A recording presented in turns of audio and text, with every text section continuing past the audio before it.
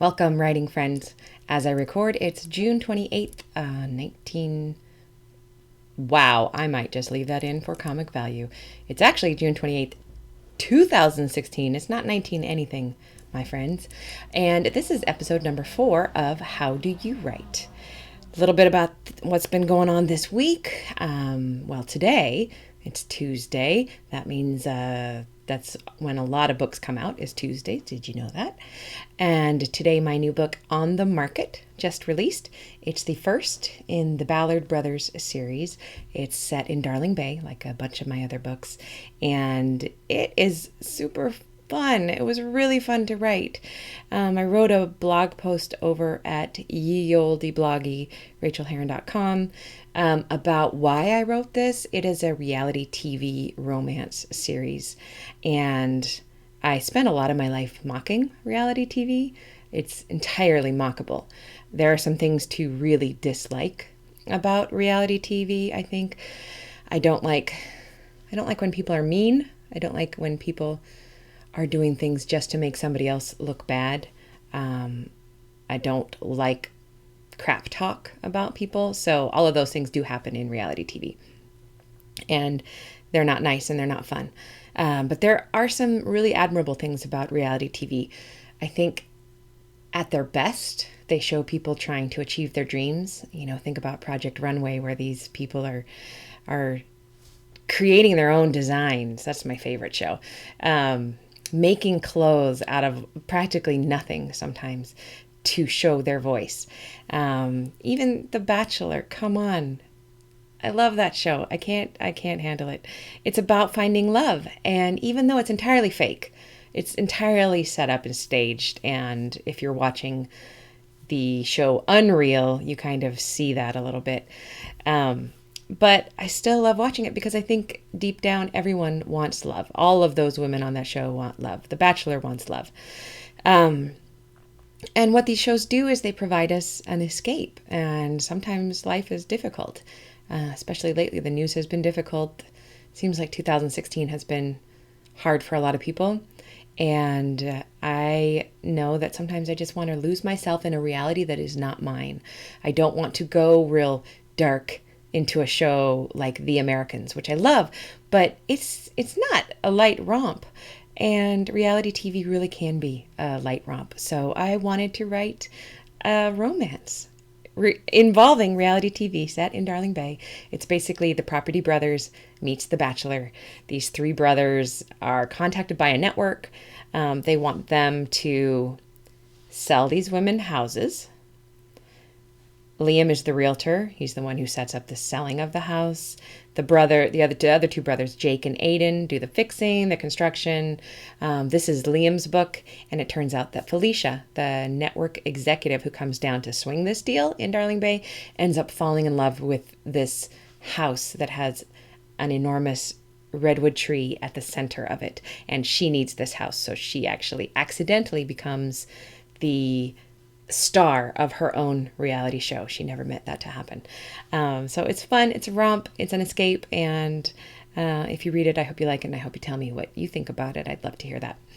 Other news, I started that sexy new thriller I talked about. It's got cliffhangers and action, and of course, because I'm writing it, the action is low and the emotions are high, but I'm going to work on maybe moving that around, shifting that around. My other podcast is about to launch. I'm doing it with Carol and Jewel, and we call it The Business of Writing in Romance. So if you are a romance writer interested in the mechanics behind romance writing, the business of it all, come join us. That'll shortly be available on Stitcher and iTunes and SoundCloud. So I've been doing a lot. I just realized today that I'm kind of the boss. I'm the boss of Rachael Herron, and sometimes that means that I give myself a little bit of breathing room. I didn't want to write today, so I'm not going to write today. I'm going to write on Saturday, which I've been trying to take a day off from, but it's exciting to launch a book, and I'm too excited about the shininess of the internet and people talking about the book. So I'm there instead of doing my writing, and my boss says that is okay. So I plan on rewarding my boss with a nice big lunch. very soon, and possibly some ice cream. So I hope that you're having a wonderful day, and we're going to jump right into the interview with Adrienne Celt, and I know that you're going to enjoy this. She was a delight to interview. So I hope your week is going well, and here's the interview. All right. Good morning, Adrienne. How are you? I'm great. How are you doing? Good. Listeners, I'm with Adrienne Celt, and she lives in Tucson, Arizona. Her debut novel, The Daughters, is from WW Norton, and it won the 2015 Penn Southwest Book Award and was named a Best Book of the Year by NPR, which is huge and amazing. And she also publishes a webcomic most every Wednesday at loveamongthelampreys.com, which I am really enjoying too. Some fantastic animals over there and a very awesome sense of humor. So welcome. Thanks so much for being a guest on How Do You Write? It's my absolute pleasure. Yay. Okay, well, let me ask you some questions about process because writers always want to hear about this. What is the best time of day for you to write? I have found that the best time of day for me to write is right in the morning. I pretty much get up, get dressed, walk the dog, and then I write for at least an hour, if not more. And that's partially something I came to because I have a day job that start right after that writing period, and it's copywriting. So I used to always write in the afternoons, and I had just found that I couldn't keep that up. I would be too tired, and then I wouldn't get any writing done, and then I would be a monster, and I would hate myself. And so I thought, I'm going to experiment with getting up a little earlier and writing in the morning when I'm fresh, and that has been working out great for me. And I tend to get sort of a second wind at like four or five. But yeah, the morning is the best. Oh, I'm a little jealous of that second wind. Sometimes I force myself into the second wind, but it's never very pretty. And I like what you say about the grumpiness. I find if I don't write, I become just a beast to be around. Yeah, I feel terrible. But Yeah. and yeah, in the second wind, I am sometimes better or worse at taking advantage of. I also like naps around that time. Yep. Okay, and how do you write? Do you write longhand, computer? What program do you use? I tend to draft on the computer in Microsoft Word. My husband is always trying to get me to try other ways because he thinks it's like a dinosaur of a system, which is probably true. But it's just what works for me. And I do some drafting and a lot of note taking on longhand, and I always do my revision printed out. Well, I mean, I don't write it out longhand, but I print it and then make notes on it and then go back and go back into the computer. But for some reason, I think because I find that so often I can't write with longhand as fast as I can think, but I can type as fast as I can think. Yes. That works a little better for me. I have a point of pride too in that I'm really proud of myself for how well I can wrangle word at this point. You know, like at my last job, I was the word whisperer. If somebody needed help, I was the one to emergency come and fix it. So yeah, there's some kind of, it's like driving an old Jeep, you know how to run it. I know how to run word. That is the perfect metaphor. And where do you write most of the time? So this space that I'm in right now is a new writing studio that we just finished renovating. So it doesn't have any art up on the walls yet, and you can sort of see in the background there's my Ah, awesome bookshelf that I'm going to soon have books gonna on. be filled. But this place it's just like totally magical, and I love it. And so I haven't. I mean, it's only been up and running for like a month, so I haven't written here that much yet. But it's already been amazing. That is Um, wonderful. I always have a space in my house that's carved up, and this is just the best one. That is But I'm wonderful. also the writer in residence for the Pima County Library System this summer, Okay. so I'm doing some writing at the library too. Oh, how cool. That's really, really awesome. I love that. Okay, and what secret writing tip of awesomeness did you discover the hard way? uh, that revision is necessary. I mean, that's ridiculous. I always knew that, but I think actually it's less revision and more time. I have a real bad habit of wanting to show people my beautiful mess as soon as I've written it, Me and too. um, that is something that I have just sort of had to force myself to stop doing as much. I have one really wonderful writing best friend who luckily has a life, and so I'll send her things and say, read this right now, it's so great. And then of course she won't get to it immediately because she's a human and also has her own writing to do. And then by the time she actually does, I'll probably have sent her a completely revised version. So that's like its own built-in system. Perfect. That's absolutely perfect, because it makes you happy to send it off. It makes her happy. She reads it in her time, and you get to do these revisions and send them to her, and then she gets to read them. I think you worked that out really well. Totally. It's really weird because I, like, even in the moment, like, I know intellectually Yes. that I should just hold on to it, but I actually do need that weird psychological release of sending it to someone. I do too. I did that yesterday. I wrote a synopsis for a book that I knew was the best thing that has ever happened in the history of the universe, and I sent it to my agent, and luckily she read it right then, and she called me. She's like, okay, so here are the problems with this idea.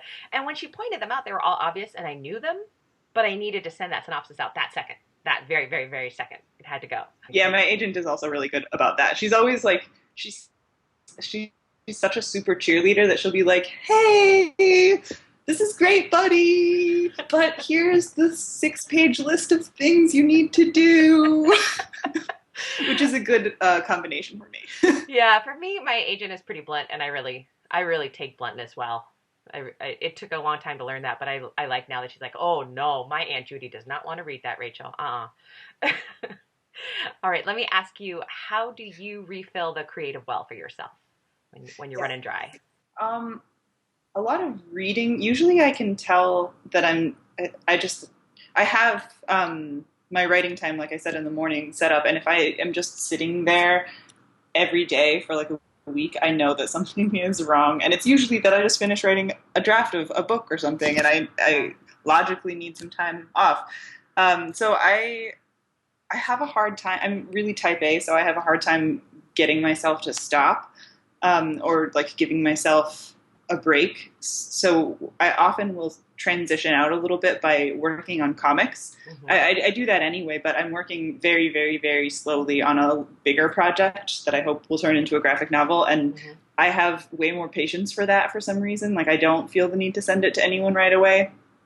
And so I can just do like hours and hours of drawing and inking. And that is something I can do while I'm watching TV or or like listening to a podcast. And so that helps me sort of get to a place where I am calmer. Yeah. And then if I'm having trouble getting into reading as like a fun activity, which is always like the best thing to do, I will try just like going for something that's sort of brain candy. Like, I don't know, I'll just reread another Harry Potter book. I love Harry Potter. And then I usually can just like jump into more like obsessive compulsive like pleasure reading. Awesome. Do you think that your need to get stuff out there and seen is alleviated a little bit in the comic process by the fact that you put one up a week on Love Among the Lampreys? Yeah, I definitely do think that helps hit that button a little bit. And that's part of actually why I started doing the comic, is that I was in grad school and I just wanted something that was all mine, that didn't have to go through workshop, that didn't have to be seen by my advisor, that I wasn't, that it really wasn't at that point part of my professional identity. It was just something I was doing for fun that I had total control over. And that continues to be a really nice outlet for me. That's awesome. Well, I'm really enjoying it. Can you give us a quick craft tip of some sort? Yes, a craft tip besides just wait. That's a really good craft tip. Yeah. So one of my favorite craft tips is when you're building your characters and you're doing maybe like writing a character dossier, or just like sort of figuring out for yourself who your character is in a way that not all of it is going to go into the book or the story, mm-hmm. is to think about what if they have a primary physical sense. So, some people will be really into the sense of smell. Some people will hear something and it will trigger memories. And sort of moving from that, figure out what that means about them and how they're going to interact with the world. And for a sort of fun aside, I guess that sort of pushes that further, I also like to figure out if my characters have a flight or a fight response.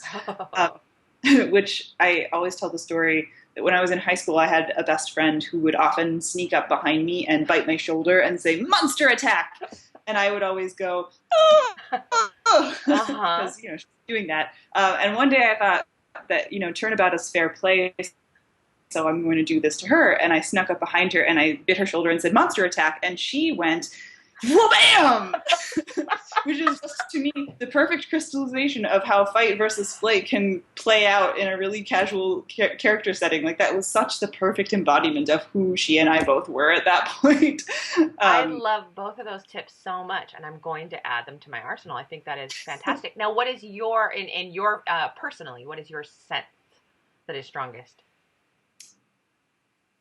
I think that in terms of triggering memory, probably scent is. Yeah. I love sound. My eyes aren't great. I love looking at stuff, but my eyes aren't great, and my ears are actually like one. This year, I had a benign tumor called a cholesteatoma that I had to have removed, and now one of my ear bones is gone. So my hearing is so. I'm a big eater, but that's actually more scent too. I do like having my back scratched, so touch is good. But I think that overall, as like a defining character trait, it would have to be either scent or touch. For me, it's definitely scent. I'm kind of a dog in the way. I sniff the air all the time, and I have a little smart car convertible. And basically, when the top is down, I'm just riding in the car, just like a dog, just smelling everything. I can smell there's smoke over there, and there's a skunk over there, and I can smell the weed that the guy in the car in front of me is smoking. And yeah, I love moving through the world like that. I'm going to use both of those. Thank you so much. You're That is welcome. awesome. And I would love it if you could plug your book a little bit right now, The Daughters. Just maybe a little, the elevator pitch for it. I'm happy to do so. Oh, there it is. Daughters just came out in paperback on the 7th, so this is the beautiful paperback. That is gorgeous. It's a beautiful cover. So The Daughters is a novel about an operatic soprano named Lulu who has just given birth to her first child, and Lulu was raised by her mother primarily to believe in this set of familial myths that an ancestor of theirs in pre-World War II Poland made a deal with the devil so that all of the women in their family would be progressively more beautiful and more musically talented at a cost. And you can never know what your individual cost is going to be. Oh, nice. So she is sort of grappling with her level of belief in these stories. And she's also estranged from her mother, who was a jazz singer and sort of an alcoholic. Her mother sort of told a more realistic version of the stories that sort of tie them back to survivors' guilt and World War II. So you get Lulu's story in the present, and then also the different versions of how those myths played out in the past. That sounds absolutely beautiful, and I cannot wait to read it. It is on the top of my to be read pile right now. And this is such a dumb thing to say, but I love the name Lulu. I just Thank love you. that name. Well, it has been an absolute delight to have you on, Adrienne. I hope that you have a wonderful day and get a little writing time in there if you can. And we'll talk to you soon. Oh, where can people find you online? They can find me online at adriencelt.com or at loveamongthelampreys.com, or I am at Celtadri, CELTADRI, on Twitter, Tumblr, and Instagram. So okay, awesome, and I will continue chatting at you there too. So thank you, Adrienne. Have a wonderful day. Thank you so much.